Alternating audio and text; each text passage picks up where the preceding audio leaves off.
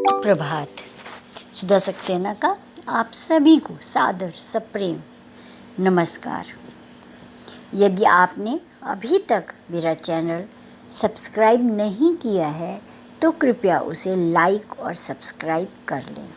जन्म जन्मांतर की अतीत की यात्रा से आपको यहाँ तक पहुँचाना ईश्वर के हाथ था, लेकिन यहाँ से मनचाही उपलब्धियों की मंजिल तक पहुँचना स्वयं आपके हाथ में है।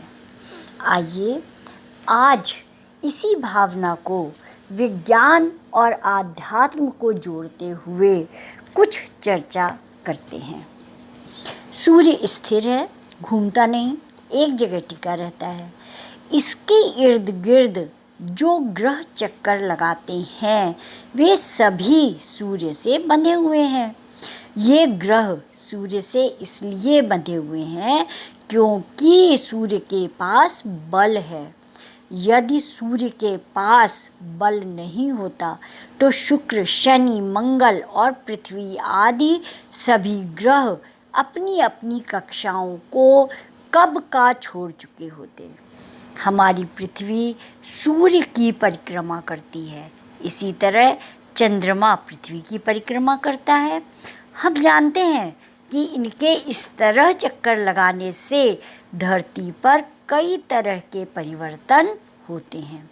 ऋतुएं बदलती हैं, सागर की गति प्रभावित होती है और जिससे पूरा मौसम चक्र प्रभावित हो जाता है। विज्ञान के ये नियम अध्यात्म में भी लागू होते हैं। हमारी देह परिवर्तन होता है, मन में परिवर्तन होता है, प्राणों में भी परिवर्तन होता है।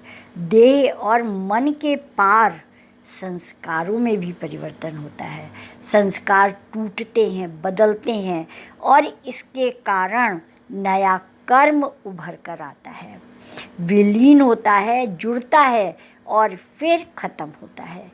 जीवन में नए संबंध बनते हैं और फिर बिगड़ते हैं। जीवन के परिदृश्य में अनेक दृश्य उभरते हैं और वह दृश्य परिवर्तित भी हो जाते हैं। कोई भी जीवन का कोई भी मोड़ स्थिर नहीं होता है, निरंतर उसमें परिवर्तन होता रहता है। परिवर्तन की इस नित्य और निरंतर घटनाओं के बीच यदि कोई अपरिवर्तित रहता है तो वह है आत्मा।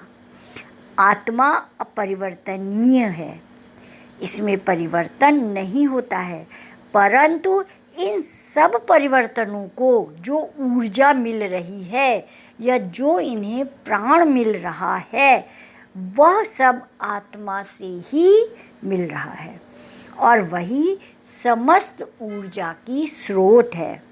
इस प्रकार सारे परिवर्तन अपनी गति से बह रहे हैं, अपनी गति से प्रवाहित हो रहे हैं, परंतु जो बल उन्हें मिल रहा है वह वहाँ से मिल रहा है जो अपरिवर्तनीय है, जो शाश्वत है, जो स्थिर है।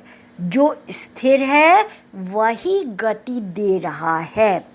स्थैतिक ऊर्जा के कारण ही गतिज ऊर्जा है और यही विज्ञान का नियम है कि स्थैतिक ऊर्जा से ही गतिज ऊर्जा की उत्पत्ति होती है, यानी कि स्थैतिक ऊर्जा गतिज ऊर्जा का स्रोत है। जीवन भी ऐसा ही है। देह और आत्मा के बीच गहरा संबंध है, प्रकृति और परमात्मा के बीच गहरा संबंध है, परिवर्तन और शाश्वत के बीच गहन संबंध है।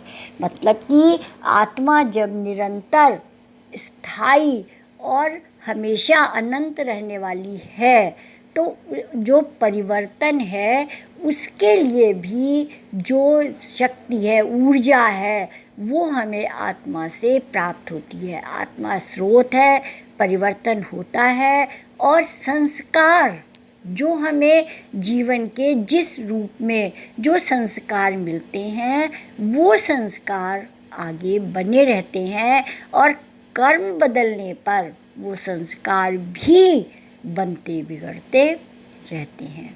तो इस प्रकार अगर हम देखें तो विज्ञान और आध्यात्म का घनिष्ठ संबंध है, उसी से हमारा जीवन संचालित होता है।